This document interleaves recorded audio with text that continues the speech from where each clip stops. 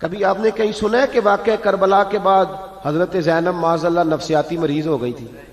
امام زین العابدین، سیدہ سکینہ، حضرت صغرا وہ حوصلے میں رہے، متوانا رہے۔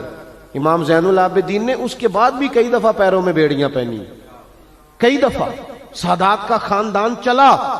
یہ جو داتا علی اجویری نے آ کے آپ کو کلمہ پڑھایا یہ بھی سید زادے ہیں، سیدوں کا قافلہ رکا نہیں، یہ خواجہ اجمیری بھی سید زادے، غوث پاک جیلانی بھی سید زادے، یہ سادات کا سلسلہ چلتا رہا۔ بار بار آ کے امت کی قیادت کی ان لوگوں نے۔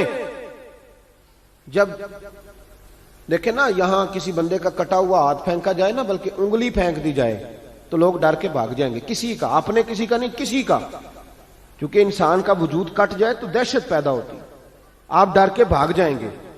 امام حسین کا کٹا ہوا سر، توجہ ہے میری بات پر؟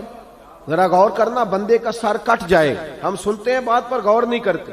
دھاڑ ان کا پڑا تھا کربلا میں، کٹا ہوا سر، زلفیں، پگڑی، کٹا ہوا سر نیزے پہ، آگے آگے سر جا رہا ہے، پیچھے سیدہ زینب جا رہی، با پردہ یزید کے دربار میں پہنچی، بی بی صاحبہ پردے میں بیٹھ گئی۔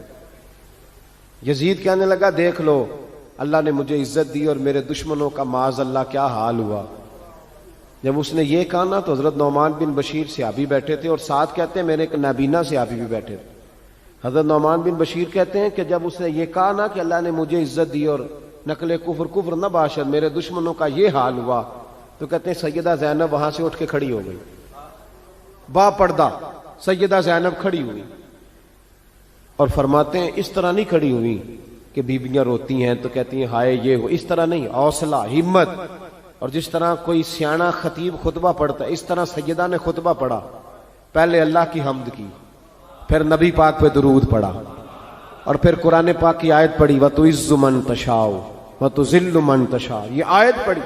کہتے سیدہ کی آواز میں وہ روب تھا، وہ گرج تھی، وہ وقار تھا، وہ اطمینان تھا کہ وہ نابینا صحابی میرا گھٹنا ہلا کے کہنے لگے نعمان علی آ گئے ہیں دربار میں، علی آ گئے ہیں، جبریل امی بول رہے ہوں جیسے، حکمت کے گوہر رول رہے ہوں جیسے، دربار دمشق میں بی بی زینب کا خطاب منبر پہ علی بول رہے ہوں جیسے۔